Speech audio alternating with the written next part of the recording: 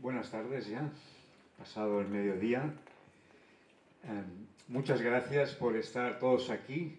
No os digo bienvenidos al Instituto Cervantes, porque vosotros ya casi formáis parte de él con vuestros estudios. Es un auténtico placer estar hoy aquí para presentar a Vijaya Venkataraman y su conferencia Historias fingidas, historias verdaderas, las muchas vidas de Miguel de Cervantes. Ella nos hablará un poco de esta tendencia, ¿no?, a hacer muchas biografías y bioficciones de Cervantes. Pero antes que nada me gustaría presentaros a una de nuestras ilustres hispanistas en Delhi. Y vosotros que estáis estudiando español por motivos seguramente profesionales, no olvidéis la increíble riqueza de la literatura en lengua española. Y que una vez aprendéis nuestro idioma, este magnífico continente de la literatura española, que abarca una buena parte de América y España y también otros países, se os abre de repente para vosotros y podéis disfrutar de una nueva visión y de una nueva literatura a la que seguramente antes no habíais tenido acceso. Vijaya, tenemos aquí también con nosotros la decana del hispanismo indio, aquí a Viva Maurya, y también la profesora Manisha Taneja. Un aplauso para todas ellas. Son de la Universidad de Delhi, del Departamento de Estudios Germánicos y Romances, y ahí podéis estudiar toda una licenciatura en estudios hispánicos. Vijaya tiene más de 30 años de experiencia. Ella es catedrática en este departamento y siempre una cosa os digo: catedrático en español quiere decir profesor en inglés, ¿de acuerdo? Cuando veáis el prof punto, eso en español corresponde a una catedrática. Ella tiene más de 30 años de experiencia enseñando e investigando en español.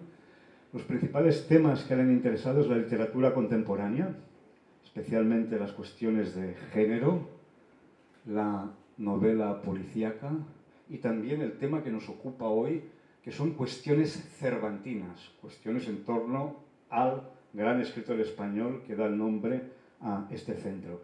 Pero ella también ha preparado manuales de español para estudiar español, tiene creo que 2 libros, y algo también muy interesante para nosotros es que ha traducido de otra lengua española, menos conocida, es una lengua cooficial, el catalán, y de ella ha traducido una novela, quizás de una de las mejores novelistas, Mercè Rodoreda, Mirall Trencat.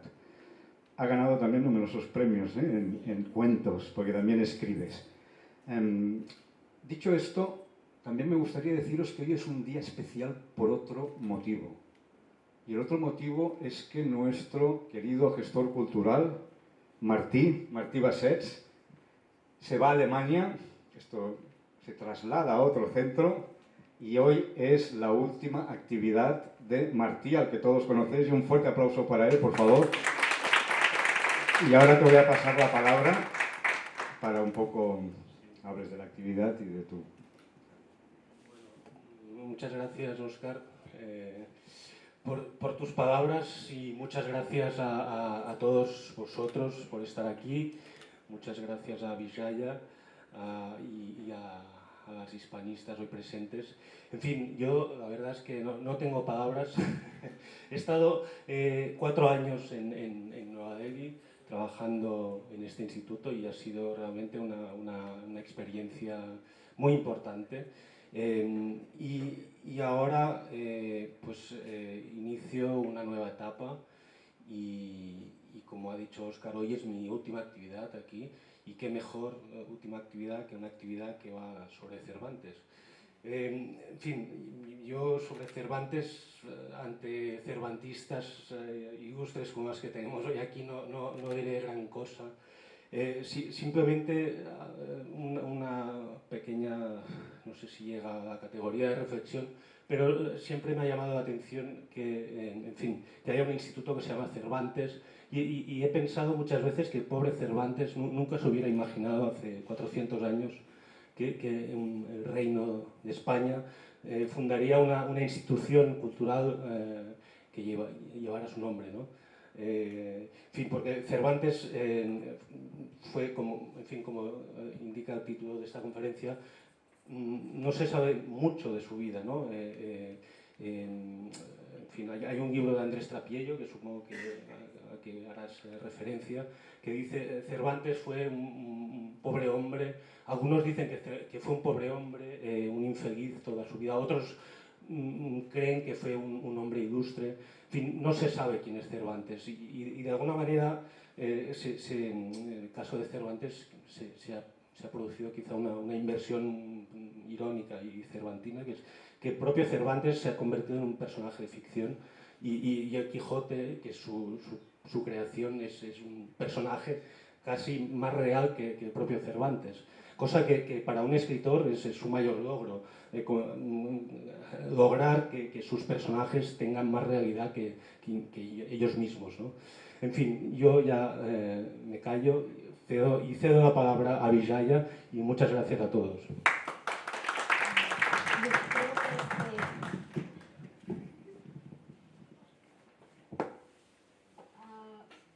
¿Me oyen bien, no? Sí. Muchas gracias a Oscar y muchas gracias por las palabras de introducción y muchas gracias, Martí, por haber introducido este tema de lo poco que se sabe de Cervantes en general y el tema de mi conferencia es cómo lo poco que se sabe de Cervantes es la razón por la que todo el mundo quiere saber más sobre la vida de este escritor. Y el título tiene una referencia al Quijote y voy a empezar con dos citas del Quijote, el primero del capítulo 3 de la segunda parte del Quijote, que dice: pero uno es escribir como poeta y otro como historiador. El poeta puede contar o cantar las cosas no como fueron, sino como debían ser. Y el historiador las ha de escribir no como debían ser, sino como fueron, sin añadir ni quitar a la verdad cosa alguna. La segunda cita también del Quijote, del capítulo 62, dice: las historias fingidas tanto tienen de buenas y de deleitables cuanto se llegan a la verdad o la semejanza de ella, y las verdades tanto son mejores cuanto son más verdaderas. Estas dos citas ponen de relieve la relación entre la historia y la ficción, o la vida y la escritura. Un debate muy relevante cuando presenciamos un auge extraordinario de diferentes y variadas escrituras de vida, como bioficciones, autoficciones, autobiografías y biografías. Es en este contexto que examinamos este terreno movedizo entre la biografía y la bioficción, dos géneros que tienen puntos de encuentro y también de choque a la vez, y tomamos como ejemplos aquellas obras centradas en la vida de Cervantes. Se han publicado numerosas biografías y autobiografías y bioficciones sobre Cervantes en las últimas décadas, en los llamados años cervantinos, y parece ser que las efemérides han dado una oportunidad para reflexionar cómo se sigue abordando el espíritu del autor, que parecía como si quisiese decir lo que no decía y del que se sabe poco. Y voy a citar a Andrés Trapiello, como ha dicho Martí: de Don Quijote lo sabemos todo, pues todo lo que de él se supo nos lo contó Cervantes, y lo que no nos contó fue o porque no interesaba o que se supiese, o porque no lo sabía nadie. De Cervantes, en cambio, es mucho más lo que ignoramos que lo que sabemos. Asimismo, Jim Canavaggio, uno de los biógrafos más conocidos de Cervantes, en su libro dice: explicar a Cervantes una aventura arriesgada, divididos como estamos ante una existencia pasada de la que no tenemos más que un enfoque indirecto, y la obra de aquel que la vivió hace más de 400 años, un hombre hoy desaparecido, a quien esta obra se le escapa para vivir en adelante su propia vida. La primera parte de esta conferencia se centrará en algunas de las biografías recientes para destacar los móviles detrás de estos esfuerzos. Y en la segunda parte enfocaré sobre dos bioficciones recientes para ver de qué manera dialogan con la obra de Cervantes, la vida y obra. Podemos estar de acuerdo con David Castillo y William Egginton cuando demuestran la relevancia de Cervantes y el barroco español para entender los predicamentos de hoy. Retoman la idea de Walter Benjamin y arguyen que una lectura histórica de los clásicos debe comunicar una sensación de urgencia e inmediatez, precisamente porque el pasado vive en nuestros sueños y aspiraciones, tanto como en nuestras pesadillas.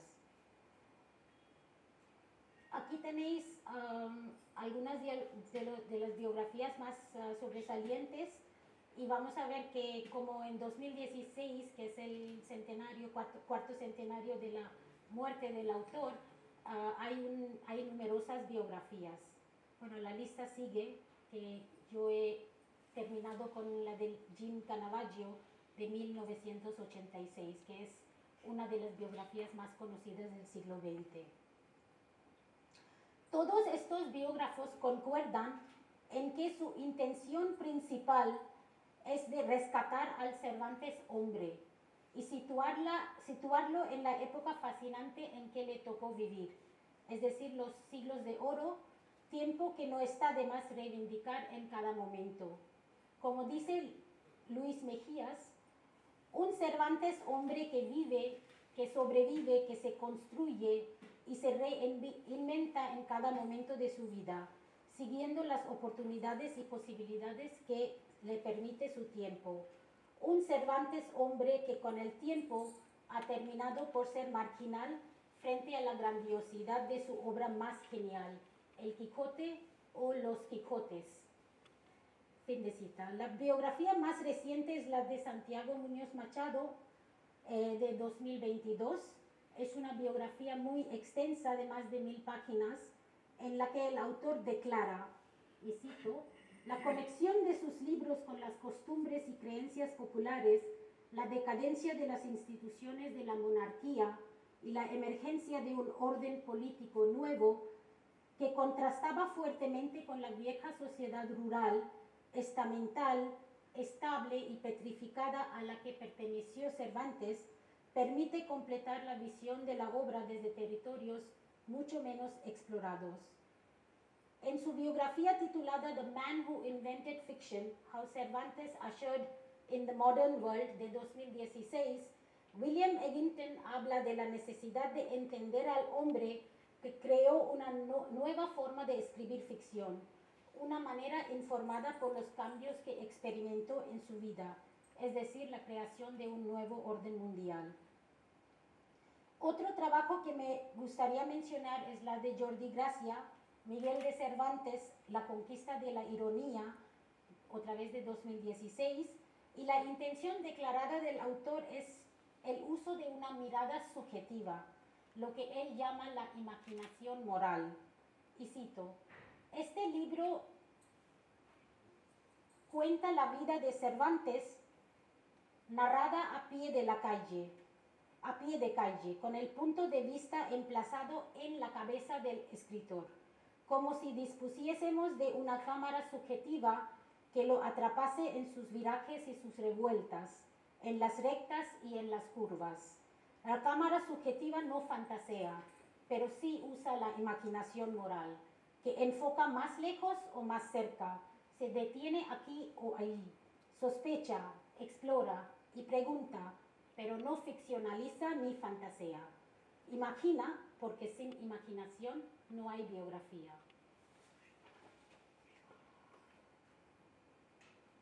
De todo lo anterior vemos que los esfuerzos por rescatar al hombre Cervantes se centran en entender una época en constante construcción o flujo que impulsó a Cervantes a inventar una nueva modalidad de escribir ficción. Estos esfuerzos no son limitados a los biógrafos, sino que hay una larga lista de novelistas que dan rienda suelta a su imaginación para fabular una vida. Más de un biógrafo ha apuntado al hecho de que donde existen lagunas e incertidumbres, prosperan las conjeturas y especulaciones y dan lugar a leyendas y mitos que son aún más difíciles de desmontar. Luis Mejías nos advierte que también existe el Miguel de Cervantes que se proyecta, que se inventa, que se convierte en personaje de ficción en la utilización de las vivencias personales y en el recuerdo en los escritos del propio Miguel de Cervantes. Un Miguel de Cervantes sin matices, una imagen idílica, un personaje más en la paleta sorprendente de su obra literaria. ¿Qué es la bioficción? Tanto la biografía como la bioficción, hasta hace poco géneros menores, han experimentado un auge extraordinario, especialmente desde la década de los 90. El giro lingüístico, cultural, histórico, junto con la teoría postestructuralista, ha desdibujado la diferencia entre lo ficticio y lo real, y queda establecido que el pasado es siempre mediatizado por una conciencia específica, por lo cual el historiador o el biógrafo, igual que un novelista, hace uso de la imaginación creativa para construir personajes históricos. Los biógrafos defienden el uso de la imaginación, como hemos visto en el caso de Jordi Gracia, para completar los huecos de la documentación. Como dice François Dosset, la vida misma es un entretejido constante de memoria y olvido, por lo cual la biografía se ha convertido a lo largo del tiempo en un discurso de lo auténtico y remite a una intención de veracidad de parte del biógrafo, pero la tensión permanece constante entre esta voluntad de verdad y una narración que debe pasar por la ficción, que sitúa a la biografía en un espacio incierto, en un vínculo entre ficción y realidad histórica, en una ficción verdadera. Michael Lackey, otro académico que ha estudiado la bioficción, defiende la bioficción porque el personaje de papel, según él, no es lo mismo que el personaje histórico, por lo cual es incoherente pedir precisión histórica al escritor. La motivación principal no es de ofrecer una representación verídica del pasado, sino para ilustrar cómo las experiencias vitales del pasado pueden echar luz para entender el presente.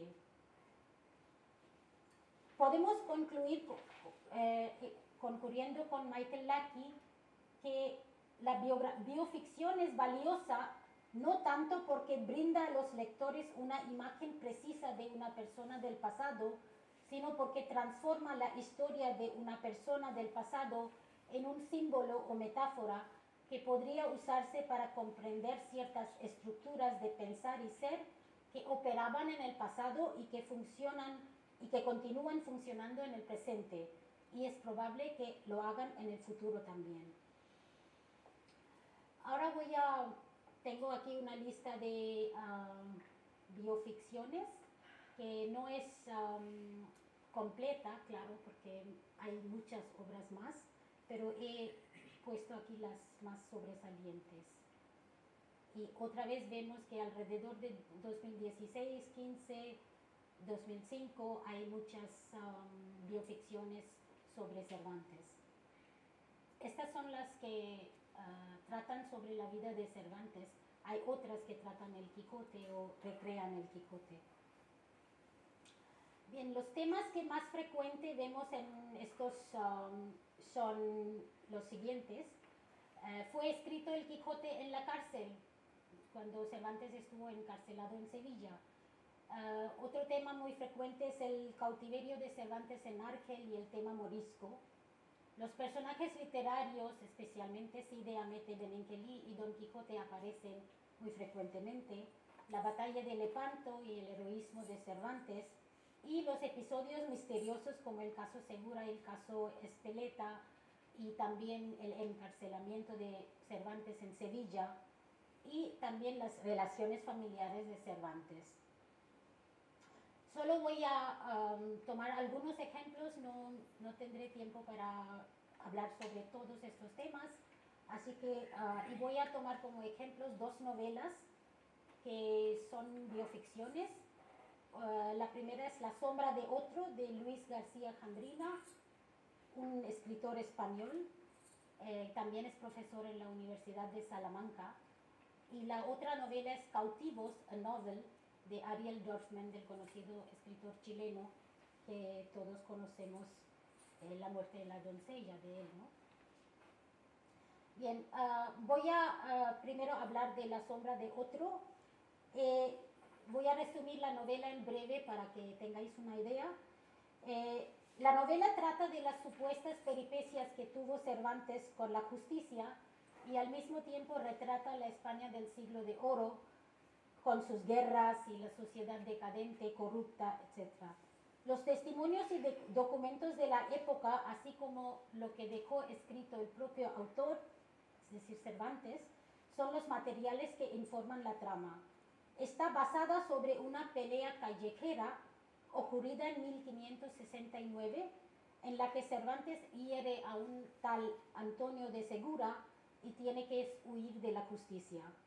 La novela es estructurada como una confesión escrita por Antonio de Segura desde la cárcel en caracteres arábigos y es encontrada en una librería de Toledo por un editor literario.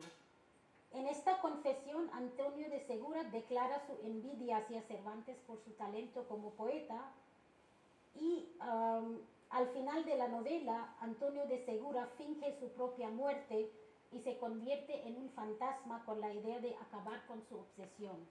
Pero está tan enamorado de la primera parte del Quijote que termina ayudando a Cervantes a escribir la segunda parte, también para redimirse. En los últimos años de la vida de Cervantes, Segura se convierte en su amanuense, es decir, su verdadera sombra. García Jambrina explica su motivo de escribir sobre Cervantes de esta manera. Dice, Cervantes es nuestro escritor más importante y universal, pero también un personaje oscuro, lleno de misterios, sombras, lagunas, contradicciones. Su vida estuvo llena de peripecias, viajes, experiencias, aventuras e intrigas. Al final acabó pobre, ninguneado y fracasado a pesar del éxito del Quijote. Yo creo que este es un buen momento para reivindicar y recordar a Cervantes. Cervantes y Segura, historia y ficción. Es la parte en que voy a hablar sobre la relación ficticia que se crea entre Antonio de Segura y Cervantes en la novela.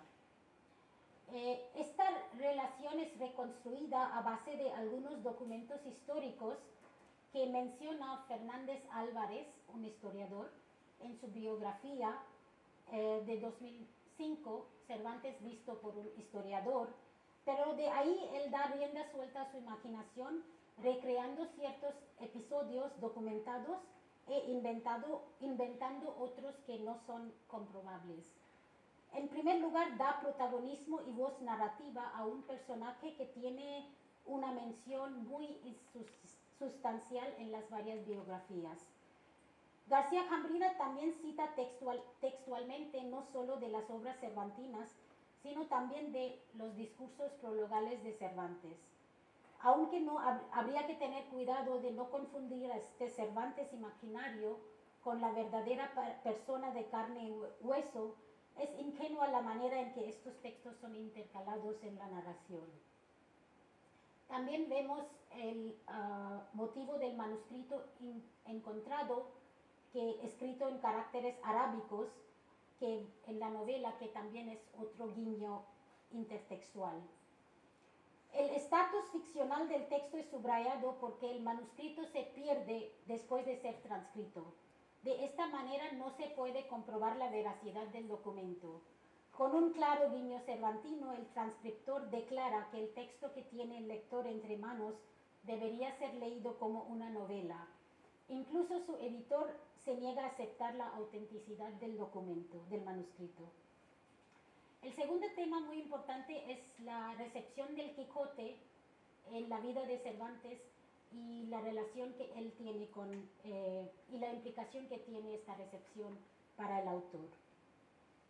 Una parte bastante extensa de la novela nos habla de la publicación del Quijote, de su novedad y méritos, así como de las relaciones entre los lectores y los coetáneos de Cervantes.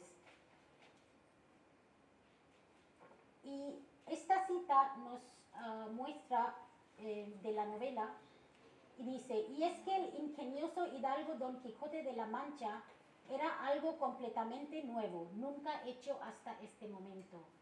Era como si la vida, con todas sus grandezas y sus miserias, hubieran irrumpido por primera vez en un relato de ficción.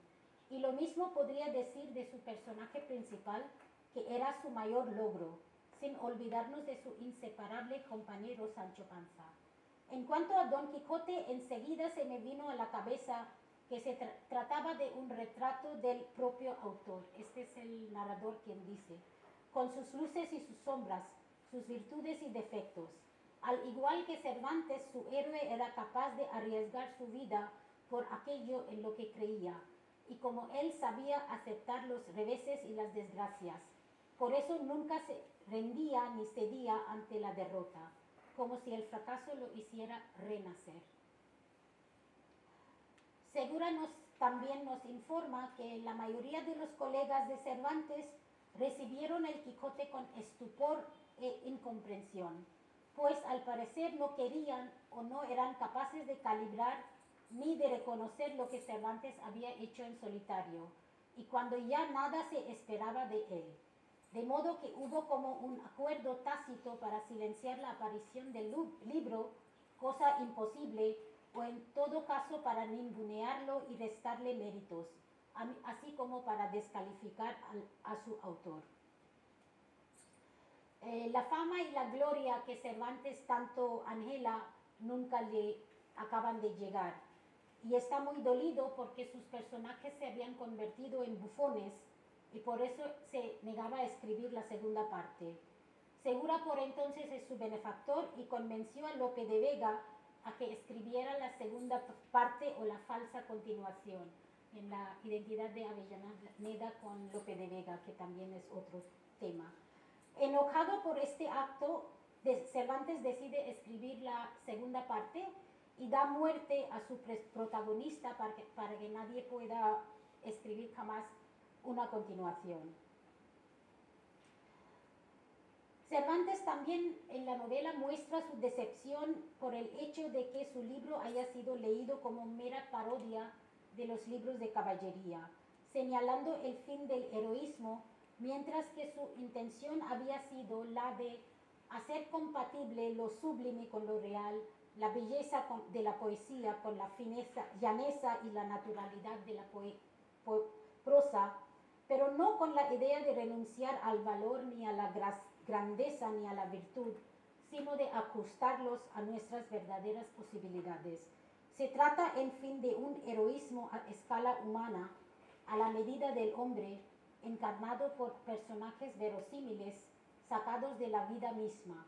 Esto es más o menos como cualquier hijo de vecino. García Cambrina presenta a Don Quijote en la encrucijada de lo moderno y lo premoderno, pero firmemente apuntando hacia la nueva época. Es decir, hace eco de las ideas de Lukács, que sostiene que para Cervantes la literatura sirve para jugar un papel social en revelar el proceso de la transición de una sociedad. Ahora voy a hablar del otro texto de Ariel Dorfman. Cervantes en la cárcel de Sevilla. La trama de Cautivos transcurre en la cárcel de Sevilla, donde Cervantes estuvo encarcelado injustamente entre 1597 y 98, no por fraude o desfalcos deliberados, sino por un error de la hacienda. Este encarcelamiento fue una desdicha más en su vida por sí incierta y precaria. Tuvo repercusiones psicológicas igual que su cautiverio en Argel, que vemos plasmadas en su obra reiteradamente.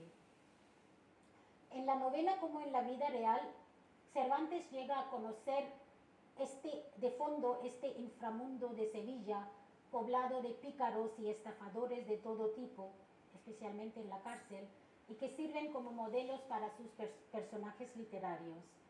No es sorprendente, pues, su fascinación por Guzmán de Alfarache y la novela picaresca. En la cárcel él hace amistad con Papa Pasamonte, quien le pide que leyera libros de caballería para los prisioneros y que también escribe peticiones para estos prisioneros.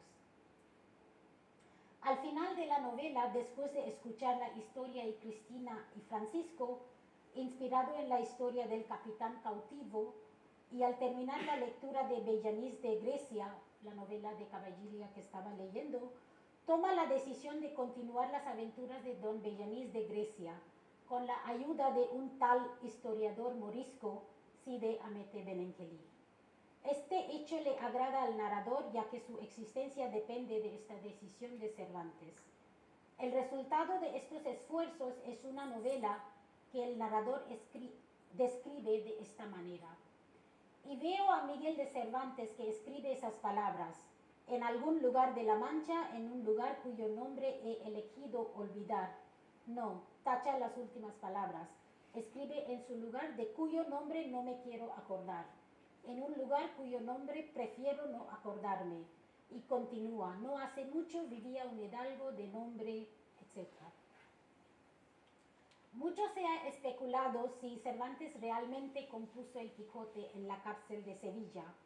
Jean Caravaggio dice que no hay pruebas para demostrarlo claramente.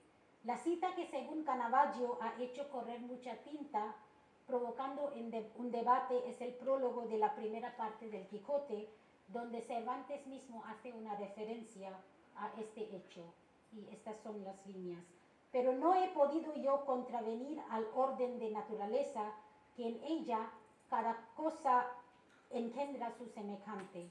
Y así, ¿qué podrá engendrar el estéril y mal cultivado ingenio mío, sino la historia de un hijo seco, avellanado, antojadizo y lleno de pensamientos varios y nunca imaginados de otro alguno, bien como quien se engendró en una cárcel donde toda incomodidad tiene su asiento y todo triste ruido hace su habitación?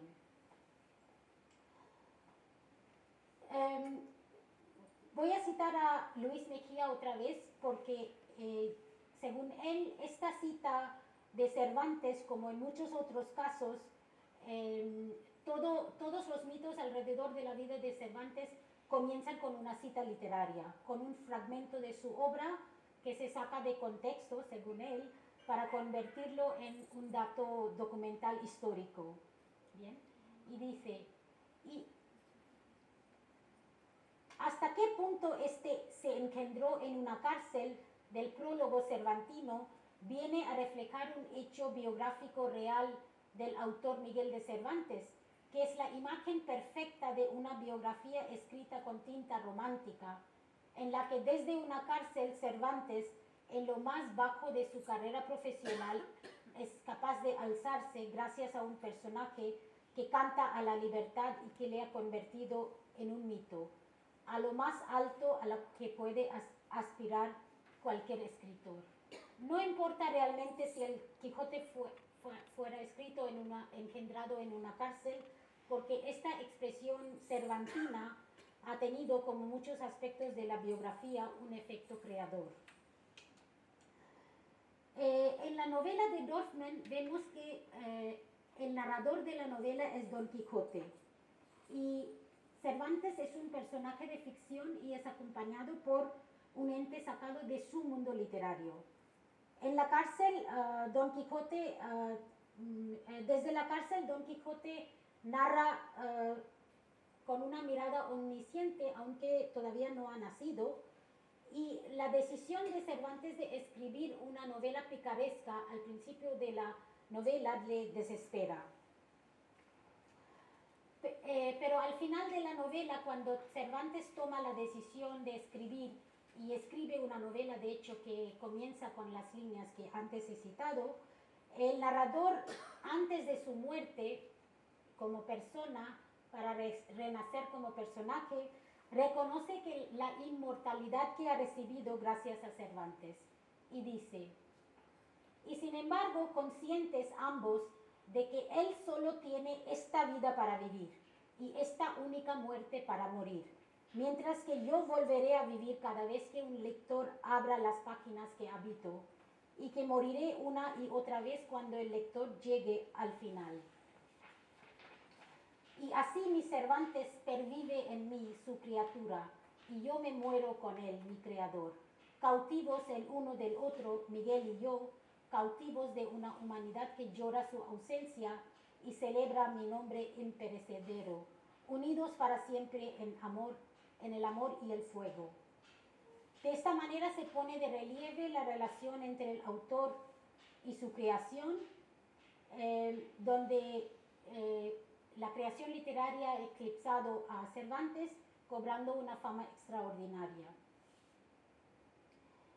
En la novela, Cervantes declara su intención de continuar las aventuras, invoca a Cide Hamete Benengeli como el historiador morisco que le va a ayudar a hacerlo. La figura de Cide Hamete Benengeli en el Quijote como un autor o cronista ficticio ha sido estudiado por muchos críticos como Anthony Close, Bruce Wardropper, Ruth El-Safar, etc. Muchos otros que concurren en que representa la disolución de una perspectiva autorial singular y monológica, cediendo el espacio para la polifonía y la diversidad. Y solo voy a citar a Roberto González Echevarría aquí para dar una idea. Dice: Cervantes se crea a sí mismo como autor rodeado de varios dobles, como el segundo personaje más importante del Quijote. El autor del Quijote es ese personaje múltiple que incluye al menos al narrador, Cide Hamete Benengeli, y al traductor. En ellos, Cervantes nos regaló una prolija y profunda dramatización de la mente moderna en busca de conocimiento de sí mismo y del funcionamiento interno de la imaginación literaria. Por otra parte, Anthony Close afirma que a través de esta estrategia narrativa, Cervantes nos da a entender que no obstante las reiteradas insistencias al estatus de verdad, la novela es una obra de ficción y opera de tal manera que la pretendida veracidad histórica equivale meramente a la verosimilitud. Asimismo, Bruce Wardropper sostiene que el propósito de Cervantes no es el de separar la ficción de la historia, sino de enfocar su lente telescópico sobre esta imprecisa frontera y llamar nuestra atención a su carácter autoconsciente e introvertido. Al hacer pasar su relato por una historia escrita en árabe, consigue no solo otorgar verosimilitud al texto, sino también borrar la línea divisoria entre lo actual y lo potencial, lo real y lo imaginario, lo histórico y lo ficticio, y lo verdadero y lo falso. Esto nos remite no solamente a la distinción entre el historiador y el novelista en términos aristotélicos que vemos en la cita con que he comenzado esta charla, sino que puede extenderse al juego entre la autenticidad y la ficción en los textos biográficos. Podemos decir que cuando se trata de un personaje sacado de la historia, los dos se acercan a esta figura con la intención de convertir a este personaje en una metáfora para entender el pasado que repercute en el presente y en el porvenir. El último tema que voy a tocar brevemente es la historia del cautivo y el tema del cautiverio. El título de la novela de Dorfman hace referencia al cautiverio que sufrió Cervantes, igual que Dorfman en forma de exilio casi 4 siglos después. El exilio en el caso de Dorfman como un vagabundeo entre países y lenguas permea su literatura como un tema recurrente. Le hace tratar los temas de la represión política, la libertad y en general sobre qué significa escribir literatura en tiempos difíciles de la dictadura. Asimismo, le interesa el tema de la memoria de un pasado traumático y su repercusión en el presente, como vemos en su famosa obra teatral La muerte y la doncella. En el caso de Cautivos, la solapa del libro lo describe como una historia de confinamiento y encarcelamiento, que sirve para reflexionar sobre el tema de la libertad. De hecho, aunque la trama de la novela se centra en el encarcelamiento de Cervantes en Sevilla, su cautiverio de 5 años en Argel figura como leitmotiv desde el principio.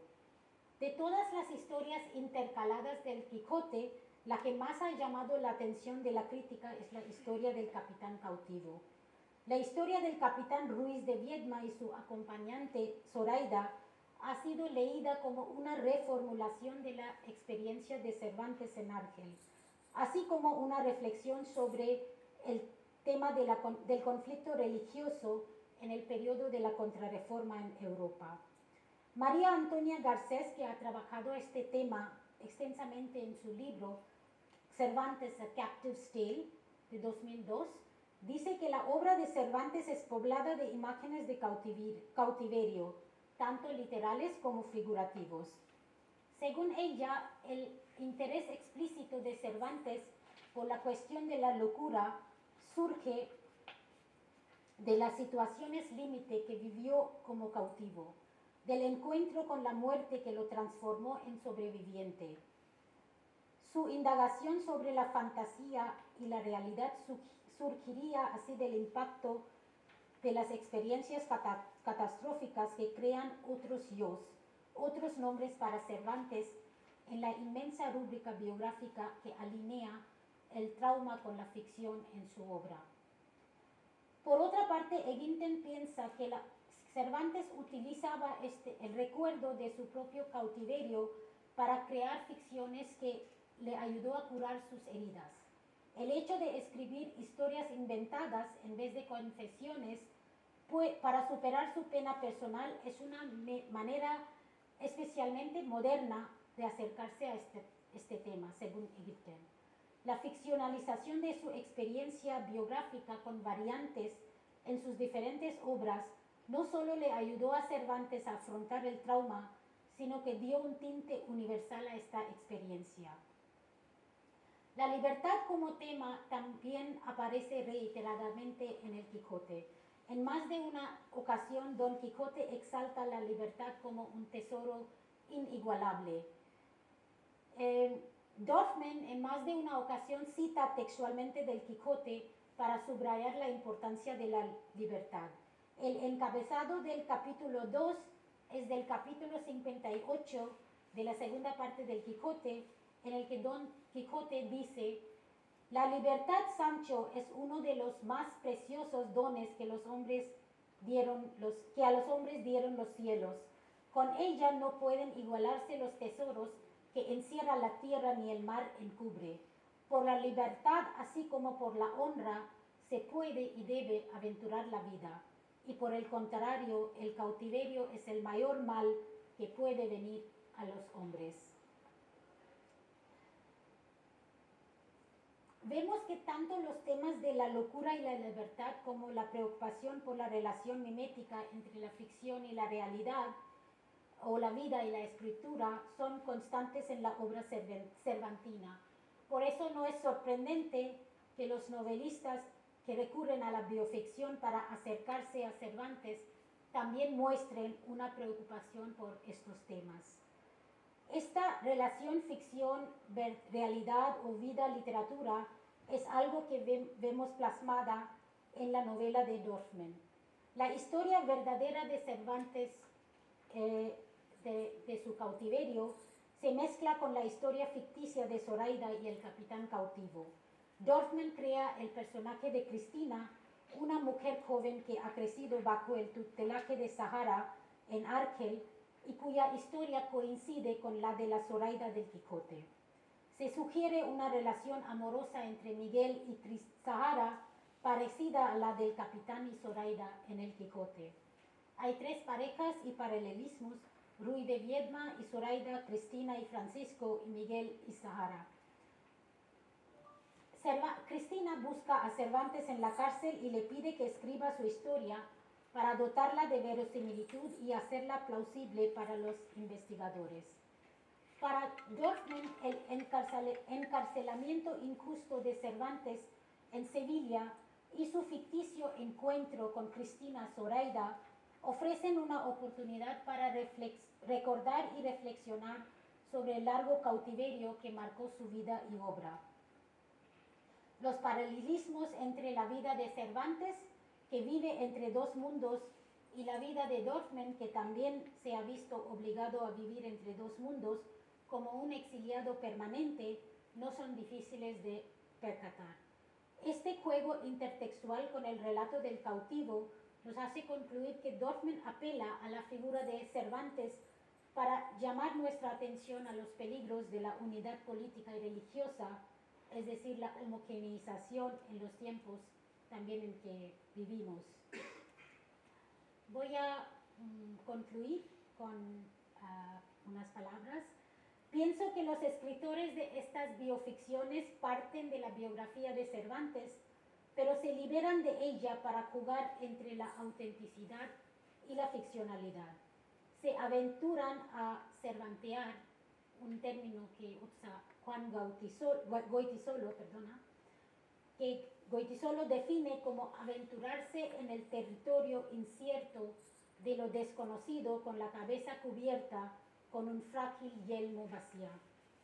Al imaginar al ser escondido detrás de una figura pública que ni siquiera tiene una existencia sólida en los documentos de la época, como es el caso de Cervantes, las novelas nos ofrecen visiones alternativas y contestatarias. Las biografías recientes de José Manuel Luis Mejía, Jordi García y tantos otros demuestran ser reescrituras y relecturas de la vida y obra de Cervantes con el fin de entender cómo Cervantes transformó su experiencia biográfica real en materia de ficción.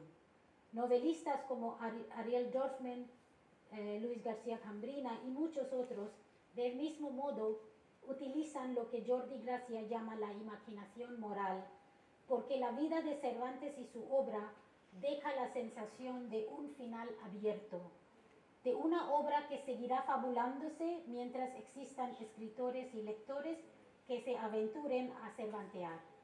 Para concluir, voy a terminar con recordaremos las palabras de Carlos Fuentes, de su discurso cuando recibió el premio Cervantes en 1987, y que subraya la idea de la relevancia del pasado para entender el presente. Y cito: Cervantes nos dice que no hay presente vivo con un pasado muerto. Leyéndolo, nosotros, hombres y mujeres de hoy, entendemos que creamos la historia que es nuestro deber y mantenerla.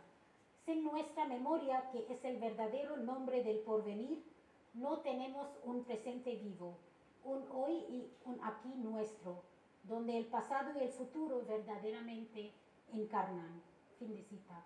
Lo que hacen estos novelistas, en mi opinión, es explorar facetas de la vida de Cervantes, presentándolas como fabulaciones sobre lo que pudo haber sido para profundizar en los misterios del hombre y el mito.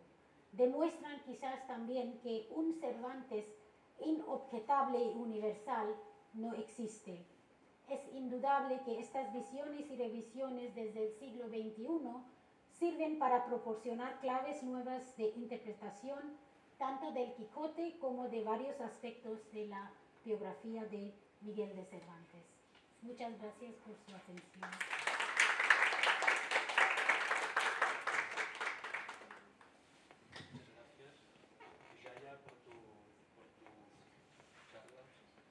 Y espero que haya servido también de introducción para los muchos alumnos, estudiantes que están hoy aquí, que no sé si han leído el Quijote ya, y si no, hoy ha sido una introducción y para que os animéis.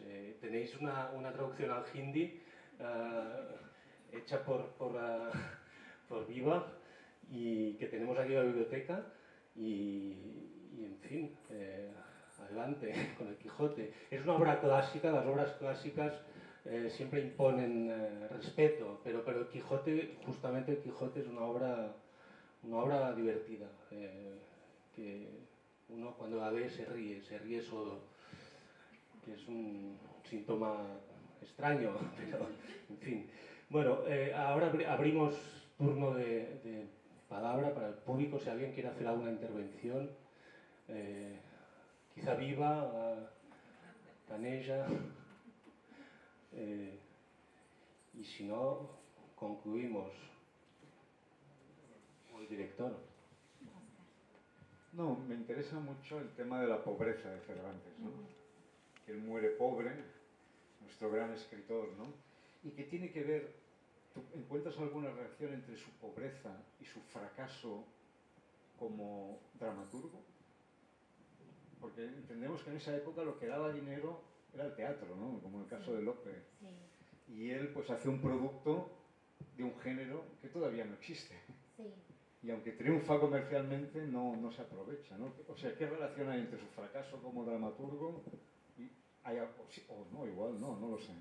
Es que como he venido exponiendo que la mayoría de los escritores explotan los temas más desconocidos de la vida de Cervantes, que es donde hay materia para elaborar ficción, porque los huecos pueden dar lugar a conjeturas y eso ayuda, ¿no?, para escribir la ficción.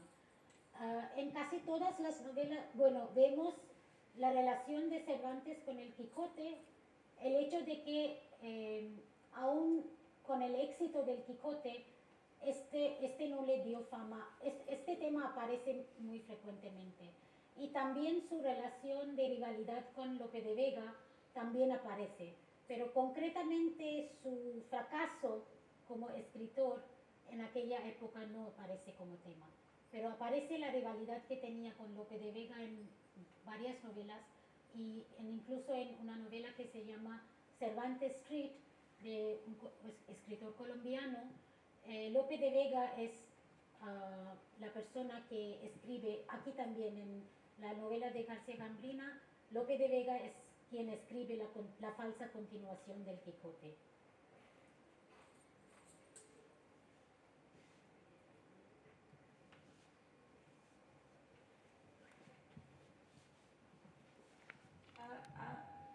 Siempre me sorprende, ¿no? Porque por falta de información sobre la vida de Cervantes, ¿no? Por ejemplo, esta parte de su pobreza, toda la rivalidad que él tenía. De alguna manera, esta parte económica, digamos, de Cervantes no está enfocada en ninguna bioficción, ¿no? O quizás en las biografías, yo no he leído ninguna, desafortunadamente.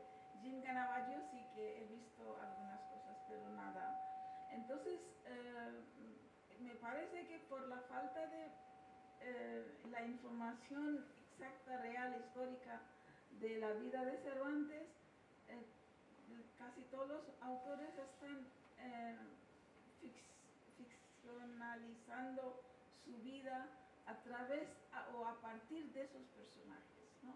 Entonces los personajes se convierten en narradores o en personajes reales y Cervantes se convierte en un personaje, digo la verdad, de ficción, ¿no? Entonces, antes también hemos hablado de eso, que hay como siempre digo que hay un juego entre toda esta cuestión de la autoría, ¿no? Porque Cervantes mismo en el Quijote ha dado, no sé si espacio para esta confusión de quién es el autor real, de quién es el autor real de Quijote o quién es traductor, ¿no? Estos varios autores. A mí me parece que todo esto es que provoca más a los autores para hacer la bioficción de Cervantes más que su vida real, ¿no? yo no sé cómo se diferencia la biografía hecha y las bioficciones. Bueno, las bioficciones son, bueno, hay una tenue diferencia, ¿no? Porque la biografía, como todos los biógrafos dicen, es escribir sobre la vida de Cervantes basándose en documentos, ¿no? Y claro que, como dice, bueno, las dos biografías más extensas son de Luis Mejías y de Santiago Muñoz Machado. Y en estas dos biografías los autores dicen que muchas de las cosas que se sabe de conocimiento común sobre Cervantes son mitos, son falsos. Porque todo se ha basado sobre especulaciones o basado sobre lo que Cervantes mismo ha dicho, pero sabemos también que Cervantes nunca dijo lo que quería decir, o siempre hay un subtexto, incluso en el Cervantes, y por eso él crea varios dobles, ¿no? De los narradores y de los personajes. Y claro, esto está relacionado con el tema de la autoría que aparece en otro lugar. Yo he trabajado sobre varias minicuentos, minificciones, microficciones, donde se habla de que Cervantes no fue el autor del Quijote, que Cide Hamete Benengeli fue el verdadero autor, un morisco, y que Cervantes lo simplemente tradujo del original. Sí. Y entonces la cuestión de la autoría es importante porque yo creo que Cervantes mismo se esconde debido a los tiempos en que estaba escribiendo y viviendo. Era importante, o no sabemos si lo hizo conscientemente, pero es lo que encontramos. Y yo diría que la mayoría de las bioficciones que yo he leído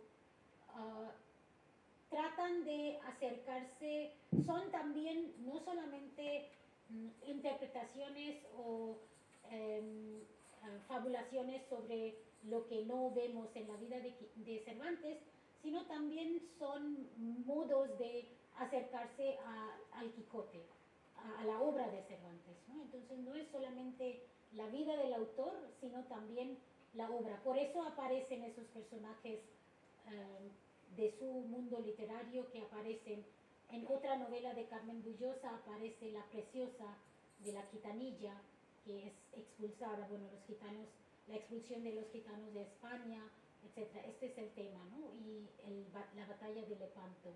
Entonces vemos que todos esos personajes que aparecen en el mundo cervantino son relevantes cuando estos escritores tratan de acercarse a la vida de Cervantes, porque Cervantes de alguna manera creo que habló a través de sus personajes.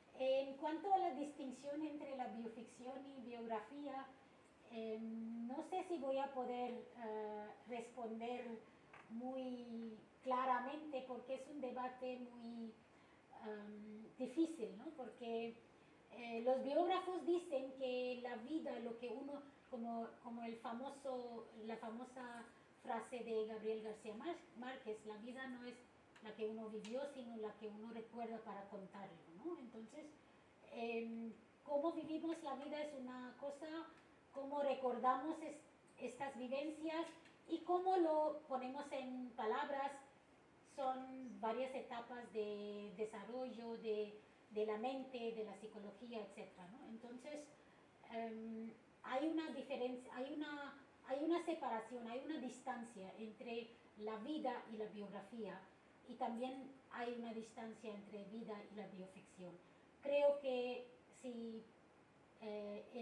si tenemos como una escala, la biografía, la intención de la biografía es acercarse más a la vida, mientras que la intención de la bioficción no es acercarse a la vida, sino utilizar la vida para fabular. Imaginar la vida para fabular. Sí, eso es muy... siempre me fascina este aspecto, inclusive en el Quijote, ¿no? Por ejemplo, en la primera parte, cuando hay todas estas novelas intercaladas, ¿no? Entonces, hay como, a veces cuando yo traducía me parecía que había una falta en algún momento que quizás Cervantes se estancaba, entonces no sabía cómo seguir la vida de Quijote, entonces metía las novelas intercaladas, ¿no? Y luego, a partir de esta novela intercalada, seguía ya su narración acerca de Quijote. Es muy fascinante y por eso hasta ahora se sigue investigando el Quijote y Cervantes y todo, y sigue el discurso, ¿no? Sí, esta novela de Dorfman es del 2020, hace 3 años, ¿no? Y bueno, yo estaba pensando... Y a escribirlo en inglés. Yo estaba pensando cuando estaba leyendo, cuando conseguí la novela, estaba pensando que también lo escribió en el confinamiento, ¿no? Del COVID. No sé, 20, ¿no? 2020 es el año de COVID. Entonces estaba pensando en el confinamiento. Y por eso lo llamo cautiverio. Una última pregunta, si no hay ninguna otra, y te pediría muy breve, ¿qué consejo puedes dar a nuestros estudiantes que están empezando con el español? ¿Cómo acercarse un estudiante indio, que no son estudiantes de filología? ¿Cómo acercarse al Quijote? ¿Hay algunas versiones fáciles, aunque sean en hindi o en inglés o incluso en español, en cómics, para empezar y suscitar la curiosidad de nuestros estudiantes para que puedan realmente poco a poco ir abordando toda la complejidad del texto? Hay un cómic reciente de un escritor americano, no me viene ahora el nombre, pero el escritor es Rob Davis. Quizás pueden buscar en internet o te puedo enviar el detalle. Y como ha dicho Marty antes, el Quijote es muy divertido, no se necesita ningún... Pero las versiones son difíciles. Bien, pero pueden leer, por ejemplo, por ejemplo, muchos escritores españoles o muchos académicos españoles hablan en contra de la edición del español contemporáneo que ha hecho Trapiello, pero yo creo que es un buen comienzo. La edición de Andrés Trapiello del Quijote en el español moderno es bastante accesible para empezar. Y los cómics, hay también cómics, sí, no solamente... hay manga también de Cervantes, de Quijote. Y tenemos ahora la exposición El Mahabharata de Gol, abajo, y el mismo autor ha escrito La vida de Cervantes en cómic también. Creo que lo tenemos aquí, pero es sobre Cervantes, sobre la vida de un genio. En cómic, una biografía en cómic. Y también hay biografías muy fáciles de ¿No leer. tenemos una versión abreviada en hindi, en un hindi fácil para... No, la traducción de Viva no es hindi antiguo, es hindi contemporáneo. La traducción de Viva es un hindi contemporáneo. Sí, lo sé. Y por eso también es... Yo puedo decir que cuando yo daba cuando yo enseñaba el Quijote en mis clases, yo les había dado la libertad de leer el Quijote en español, en inglés, en hindi, en bengala, en cualquier lengua. Yo quería que leyeran el texto mismo, ¿no? En vez de leer una abreviación por internet, ¿no? Y a mí me hacía mucha ilusión porque cuando leían en hindi, la traducción mía, se leían en el lugar en donde tenían que leerse. Entonces yo pensaba que muy bien, mi traducción eso indica está que bien. es una buena traducción. Sí, y es verdad, es verdad, cuando leen, están leyéndose cuestión escuchar que estabas... Si quieren leer en inglés, también está la traducción de Edith Grossman, que es muy buena, y también es en un inglés moderno, así que Edith Grossman. Bueno, solo decir que yo os animo a leer pues la traducción de Viva Mauria que tenemos aquí. Que si saben hindi, Sí, leerlo. deciros que hay en lenguas indias que yo sepa, y me corrige si me equivoco, solo dos traducciones directas del español. Una es la de Viva Mauria al hindi, la otra es al bengalí. Tenemos una edición también. También en Malayalam. ¿Malayalam también, directa? ¿Es nueva o...? No, dicen que existe completa, es otra cosa que Quijote Pero sí que el Quijote está prácticamente en todas las grandes lenguas de la India traducido, ¿eh? en 11 lenguas indias. ¿Eh? 11 lenguas indias. Bueno, también. Lo digo, esas traducciones no son directamente, pero también para aquellos que tengan, ¿no?, cuya lengua materna no sea el hindi o el bengalí, pueden también acercarse a esta gran obra a través de esas traducciones. Bueno, pues vamos a finalizar la sesión hoy. Muchas gracias a todos. A Vijaya, muchas gracias por estar hoy aquí en la tribuna de hispanistas. Y aunque yo no esté, de ahora en adelante la vida continúa, habrá actividad cultural y en fin, os podéis conectar a nuestras redes sociales donde estará toda la información sobre las próximas actividades. Muchas gracias.